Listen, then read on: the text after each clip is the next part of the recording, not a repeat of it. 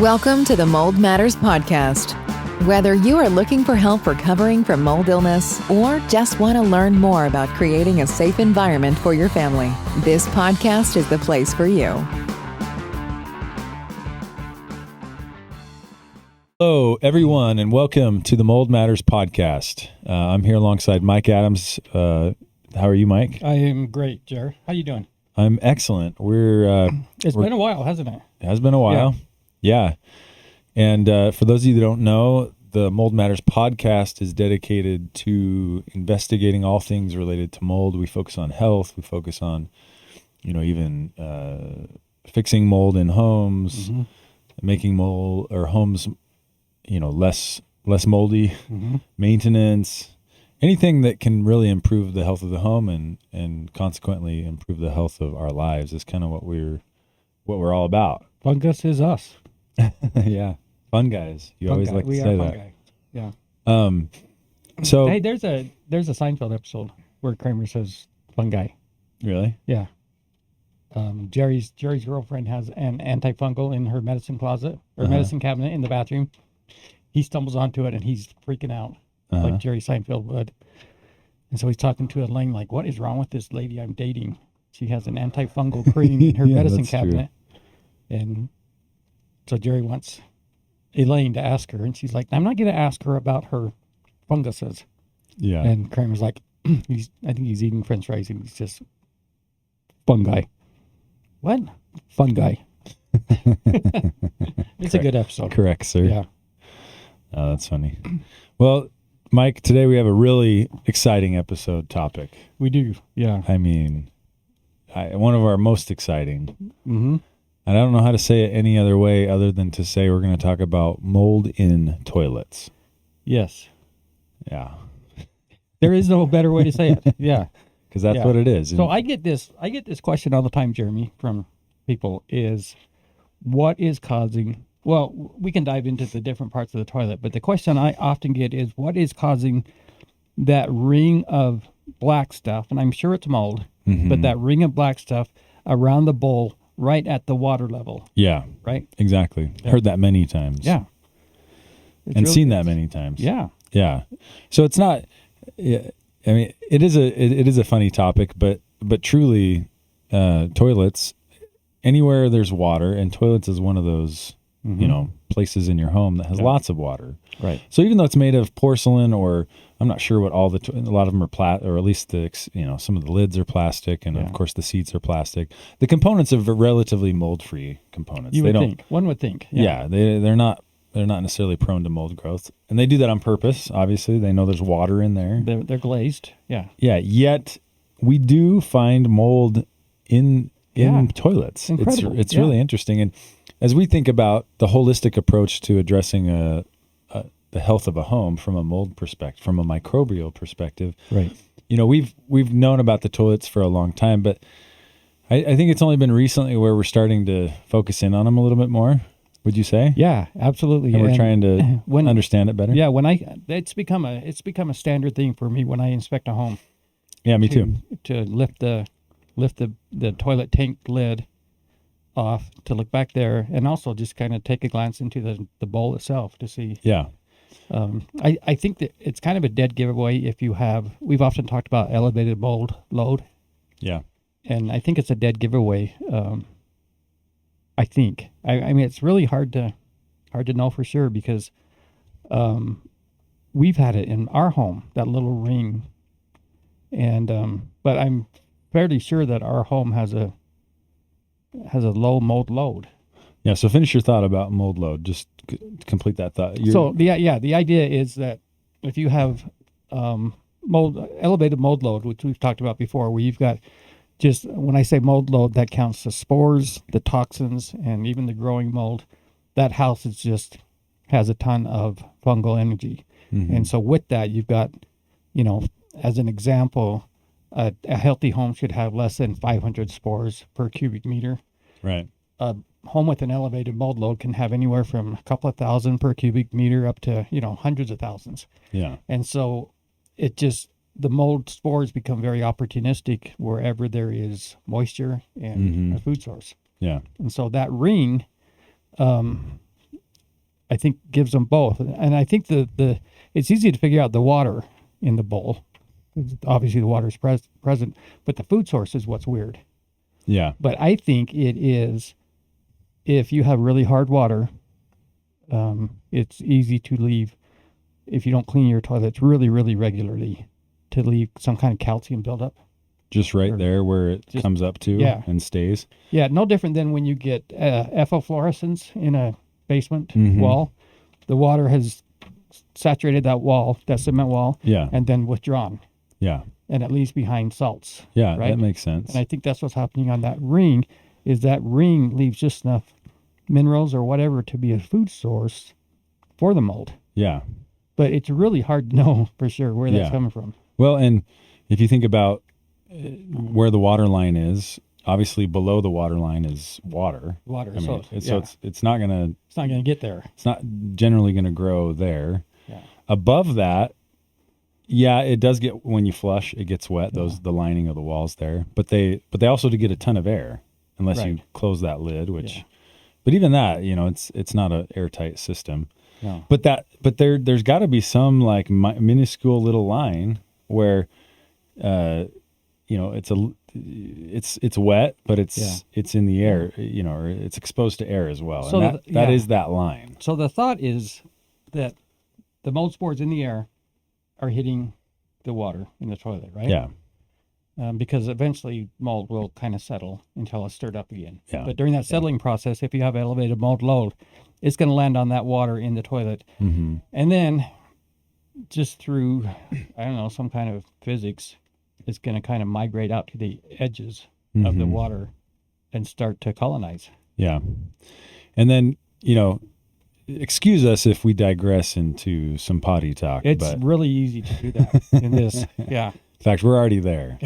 But it's funny. We're trying to figure out, like, how does the mold get in there? What's it? Because it needs moisture, it needs nutrition, and it needs oxygen. So really, just moisture, nutrition. That's what we're trying to figure out, right? Right. And where's the nutrition coming from? Where's the moisture? And the thought for years for me was, well, you've got all those, you got the inside the tank itself, not the bowl, but the tank where you take the lid off. Yeah. You've got that flapper assembly and the little, I don't know what everything is called, but you have a lot of parts inside that thing that can get moldy. Mm-hmm.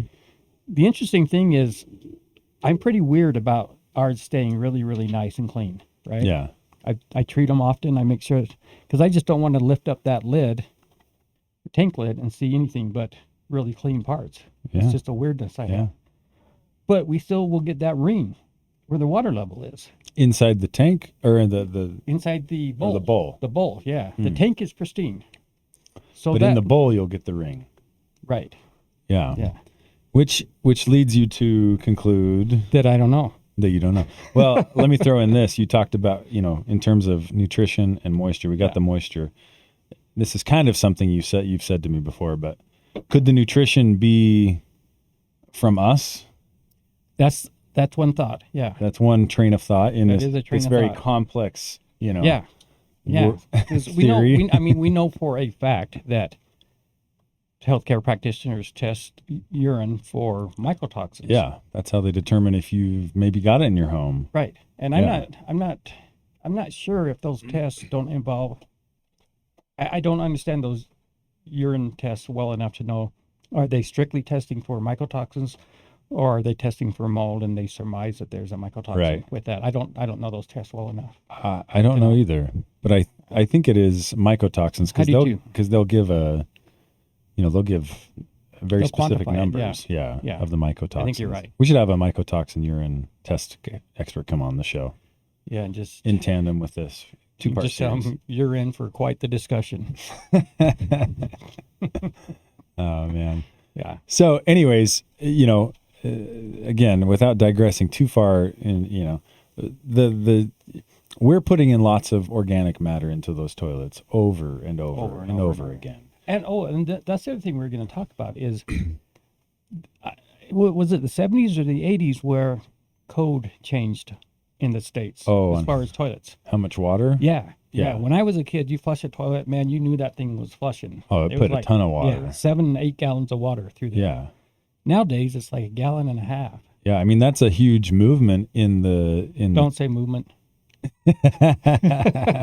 in the industry. Right. I mean, I just got back from the biggest cleaning convention in the world, ISSA, and it was all about that kind of stuff, Yeah. and bragging about our waterless toilet, system. Right. And I think it's a good movement to save water. But to your point, we're not getting, we're putting a lot of organic matter in those toilets, and we may not be getting it all out, is your point. I agree. It's going to be very hard to, and again, you don't need a ton.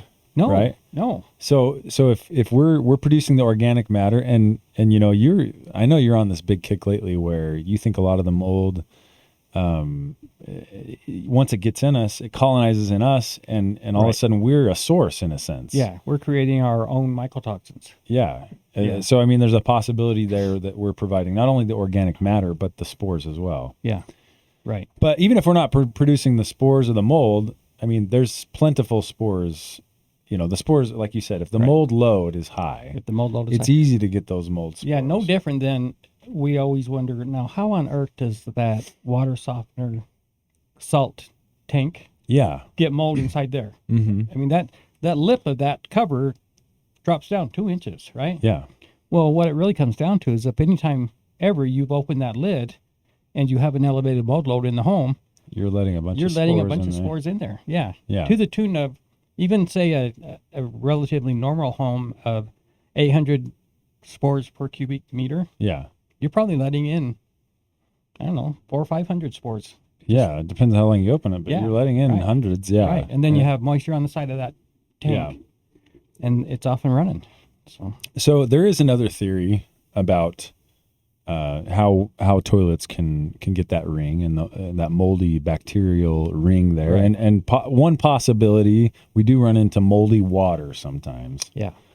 So I will say we don't. There might be. I think that I didn't mean to interrupt you, but that is a understated problem, I think. Yeah, in it's the country. not well understood. No. I know we've shared on the podcast your moldy water experience in your one of your homes. We ran into a lady here in town. Remember, we went to her house. She thought she had moldy water. Yeah. I mean, it was moldy coming out, like Yeah, slimy mold.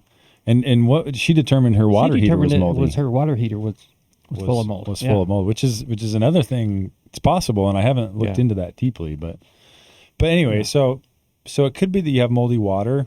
I will say that people, again, I don't know as much about moldy water, but it seems like people jump the gun in some scenarios, like this lady jumped the gun of like, oh, it's my water that's moldy, Right. all the while disregarding that the house is probably really moldy. Yeah. It seems more, I guess I don't know which one's more likely, but to me it seems more likely that the house is full of mold. Yeah, I agree. And then they're like, oh, it's moldy water. So I think you have to be careful, but it could be, water could be the source. It could be our mold load in our homes. It could be our bodies, our own bodies. Yeah, that's the 3 right there. That's the 3. It is. Now let's move. So that's kind of Don't say move, Chair. Oh, sorry. That's all right. I know. I know you're sitting on a stool and you got mad at me earlier for that. Sorry about that. Yeah. I know this is a touchy an topic for you. Not a touchy awkward, topic, really. No. That's not the right Hopefully, word for that. Hey, have you seen the Office episode where Dwight is talking about washing his hands after he goes to the bathroom? Mm-mm. And he says, how bad are you at going to the bathroom if you have to wash your hands after you're done? Good point. Good point. Stuff, yeah. So not a touchy topic. Yeah. So that's that part. The part in the bowl that you see and interact with every day. But that tank, you mentioned that tank in the back. So one reason I've been talking to you more about this lately, from my own personal reasons, is I've been into many homes recently where I pull off that lid, and just under the lid is very moldy. In fact, my mother-in-law, they're probably gonna they never listen to the podcast, so I'm not worried about this. And my mom doesn't listen either. But my mother-in-law and my mom both have a bathroom, and it's the same bathroom. It's the one just off the kitchen that's a half bath. There's no shower, no nothing. That's interesting too. Yeah, I don't know if there's something to that, but when we lived in my mother-in-law's house, every time I'd go in, I'd smell mold. Of course, I checked the drains. Yeah. I checked to see if the toilet was secure. Right. And kind of there's not that many parts of a bathroom No. that could have No. mold. Check under the sink, right? Check Yeah. to make sure the faucets, nothing's loose with the Other faucet. than something major behind the wall, Yeah. there's not that many things. Yeah. that So can be going on. every time I Yeah. come in, anyways, I finally decided to look under that thing, Yeah. and I'm like, that's the exact smell. Is that really? And then I had almost an identical scenario at my mom's house. I just kept Yeah. smelling it, thinking it was the drain, and I Yeah. need to get that drain cleaned. By the way, let me throw in this just for the listeners. yeah. Jeremy is incredible at sensing mold.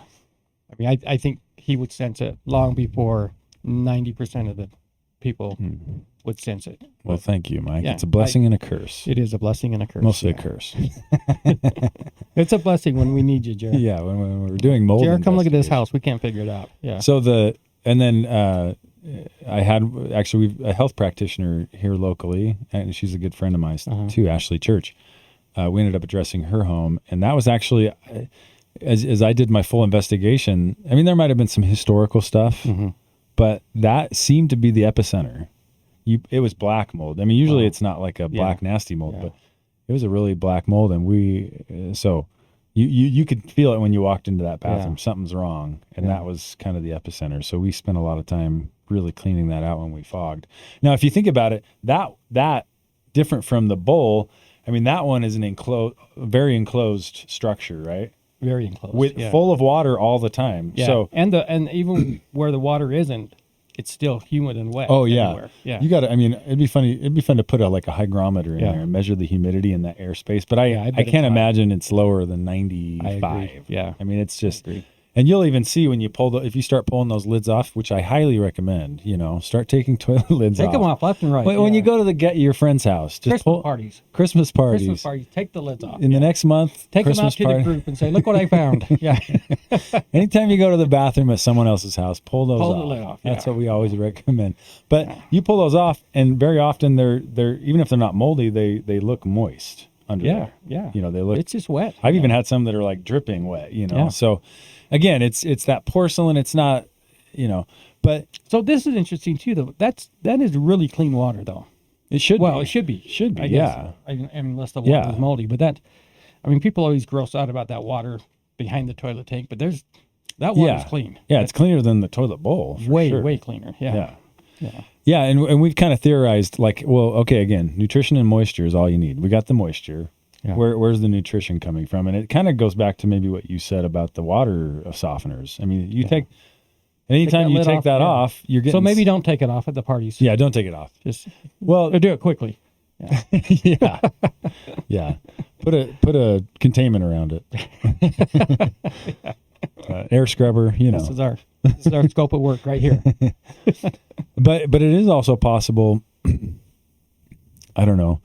Again, if your water's moldy, that could be part of it. But mold spores are so small. Yeah. I mean, and those lids aren't airtight. It's very possible. It's very easy, I believe, for mold to eventually get in there. So Okay, here's a thought I just had, Jer. yeah, This will be a dead giveaway that we don't do a ton of preparation for this podcast. Oh, we just okay. talk. But Okay. when you start to see that Speak for yourself. black ring, I am speaking for myself. When we start to see that black ring around the water level in the toilet tank, right? Yeah. No, I'm sorry, toilet bowl, Yeah. right? Yeah. It's generally even all the way around. Yeah. It's not like you've got some that started up over on this side and didn't over here. I mean, Yeah. it colonizes equally. Yeah. Yeah. Explain that to me. Where are you coming from on that? I'm coming meaning from- there's not spores hitting every part of that.